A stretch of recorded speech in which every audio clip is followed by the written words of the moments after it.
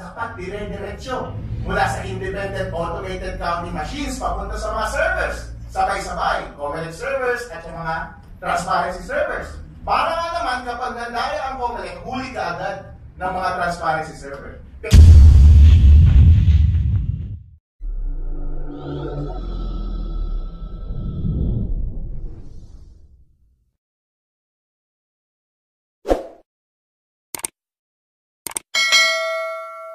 Have the video presentation regarding on your advocacy to we should have the hybrid election in 2028.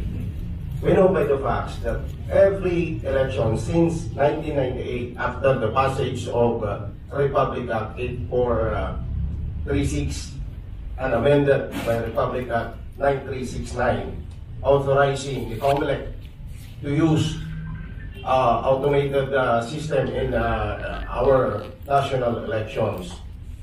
My question is, this is guaranteed by legislation. In the coming 20th Congress, what action you will do? Are you going to ask Congress to amend Republic Act 9369? Definitely, sir. Yan na po ginagawa natin ngayon. So, nananawagan na po tayo ngayon for the amendment of such.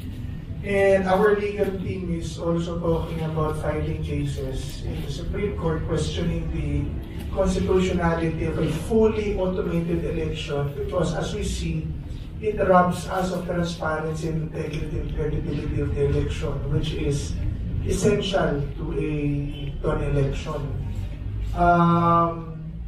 Congress, ito na po ating panawagan dahil sila naman po nandyan. We will try to reach out even to the Speaker, diba? To all, democracy-loving Filipinos na, work on, sino ba gusto madaya? When you talk about an hybrid election, whether nanalo or natalo ka, ayaw mo madaya dahil you don't want to end up paying someone, whether from COMELEC or outside COMELEC, or nagpapanggap para manalo or matalo yung kalaban. So, I think, kaya po namin sinisimulan ito, and there will be, we plan to hold a series of forums ng election or revolution all over the Philippines in media and social media. Dahil, in connection, gusto ko nating ilatag ang tanong na yan sa tao. We went through the election many times. Even the 2025 election, we went through the election. Pero parang walang hope kung hindi naman mabibilang or wala kang tiwala sa naging resulta ng election. So, tao lang mamili. At iniimbitahan din namin mamili ang Kongreso, ang Senado, ang Office of the President. Sila rin ang mamili. Ano ba? Election o revolution? So, ang puntos po dyan, tayong lahat, pili tayo ano ba gusto natin. At suriin natin kung bakit, ano ba ang pros and cons. If you go through election, paano? Anong disadvantages? If you go through a revolution, paano? Ano ba ang advantage and disadvantage? And then we choose, hindi ho inciting, tutawin ko na yung tanong niyo po, to rebellion or to sedition yung aming ginagawa. This is an honest question that we are posting to the Filipinos dahil gaya ng sinabi namin kanina, pag binalikan natin ang ating preamble at ating saligang batas, the very reason we came together to unite as a country and wrote down our Constitution is to build a just and humane society that will embody the aspirations of the Filipino. Sinama pa natin ang Diyos sa usapan at tipanan na yan. Sabi nga, tayo mga Pilipino sa tulong ng ating Diyos. So ito po isang tipanan na binabalikan at inilalatag natin sa bawat Pilipino, opisyal o hindi. Anong gusto natin gawin ngayon? Okay. Chairman, I hope you agree with me that the result of this election, the 2025 midterm election. Now, according to the final result of the election, 317 congressmen, including party list representatives, will compose the 20th Congress. Only 97 is the first termer. How optimistic you are when you ask the 20th Congress to amend the Republic Act 9369 so that we can have the hybrid elections. Kasi kung titignan natin, this is not the first time na may clamor, may cry na bumalik tayo sa hybrid or even manual. Kasi every time na magkaroon tayo ng election, since na pumasok tayo, we enter into automated elections, laging may question. So, are you still... Sabi po ng batas, dapat dire-diretso mula sa independent automated counting machines papunta sa mga servers. Sabay-sabay, COMELEC servers at yung mga transparency servers.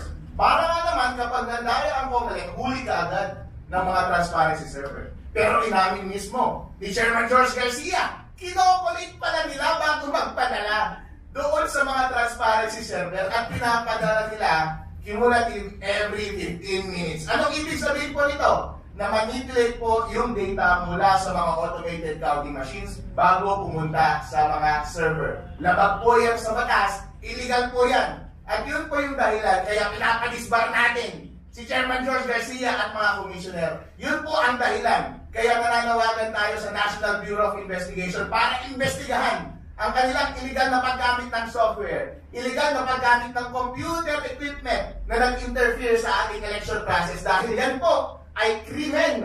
Yan po ay paglabag sa batas ng eleksyon. At kayo mga commissioner, kayo ang responsible ng pag-implement yan. Dapat po kayong makulong. Ngayon po, itong suggestion ng grupo ni Mr. Greco Bilgueta na gumawa ng manual counting alongside sa automated counting machines at gumamit ng blockchain para secure yung transmission at ma-maintain yung integrity ng data, consistent po yan para maiwasan itong mga nangyari na daya na ito. Ang una po kasing daya na pwedeng mangyari at pinakamadaling gawin ay yung na-observa natin na itatanim na mismo sa software yung daya. Kasi baka nasa 3.5 na mismo yung daya. Pero kapag manual counting mo yan, syempre, nawala na yung opacity. Transparent na. Makikita na natin mismo yung mga balota. Ang tao po, kapag binidyo mo yan, yung mga election board, yung mga watcher, makikita nila, yung mga balotang binabasa nila, nakikita natin kung nandaraya, makikita natin kung totoo ba talaga yung bilang. Kaya yung problem number 1, makiiwasan po kapag ginawa natin yung manual counting sa araw ng election. Ang pangalawang problema po, ay yung problema sa transmission at pag-maintain ng database. Masosolve po yan ng blockchain. Kasi po ang solusyon ni Mr. Belgica ay diretsyo mula sa automated counting machine, diretsyo kaagad sa blockchain. Ang blockchain po kasi, wala pong isang entity na nagko-control yan. Distributed po yan. Yung software po niyan ay open source. Hindi mo pwedeng dayain yan at maraming mga servers na independent na nag-maintain ng lahat ng database niyan. Kaya kapag transmit mo mula sa automated counting machines papunta sa blockchain, walang kahit na sino mang gobyerno, organisasyon, o media o tao na pwedeng mandaya niyan. Diretso kaagad, in real time, reflected kaagad, kita ng public kung saan yung source at kita kaagad yung resulta ng eleksyon. Kaya wala ka ng panahon para baguhin pa sa gitna yung data na ipinapadala ng automated counting machines. At kapag nasa blockchain na, hindi mo na rin mababago yung final results na nandoon. Kaya hindi mo na mababago yung data na nasa database. Inuulit ko po, in summary, ang problema po ngayong election na ito ay dahil hindi tayo sure kung may daya ba sa pagbilang nandun sa software. Hindi tayo sure kung may daya ba sa pag-transmit dahil inistorbo nila yung data mula sa source automated counting machine papunta sa mga servers. So pwede nila i-manipulate sa gitna. Number 3, kapag nandun na sa mga servers, may mga database yun, pwede mo pa rin baguhin kahit nandun na sila sa loob. Lahat po yan makikiwasan dahil yung software ay mabe-verify natin through manual counting, yung transmission at database ay mapoprotektahan natin dahil po ang isang blockchain ay immutable yung transmission, immutable yung database, hindi po yan mababago. Kaya po, kapag natupad ang suggestion ni Mr. Greco Bilgueta na ayusin ang ating eleksyon sa susunod sa pamamagitan ng paggamit ng parallel manual counting in addition doon sa automated counting ng ating boto at paggamit ng blockchain. Hindi na po mauulit yung mga daya ngayon. Kaya Chairman George Garcia at mga commissioner, alis na kayo dyan! Ilagay na natin itong mga idea ni Mr. Greco Villegas at gawin natin sa 2028 para lahat po tayo ay masaya at lahat po ng ibinoto natin ay siyang totoong mauupo, mapoproklama at mamumuno sa atin. Maraming salamat, Tony. Parang showbiz, no? Parang showbiz. Really, seriously, that is a very serious allegation. Okay? So, I mean, I'll just ask a question now, before we call the others. May possibility ba na mabilang ulit at malaman kung sino talaga nanalo for the next, at least within the next 3 years, may makakaupo pa rin? Pangalawa, anong kaya magagawa ng bagong kongreso? Yung Congress, the 20th Congress, with the graduates, Nino po. Please. Yung first question yung ay, ano? Yes, sinabi, 3 days ago sinabi ni Commissioner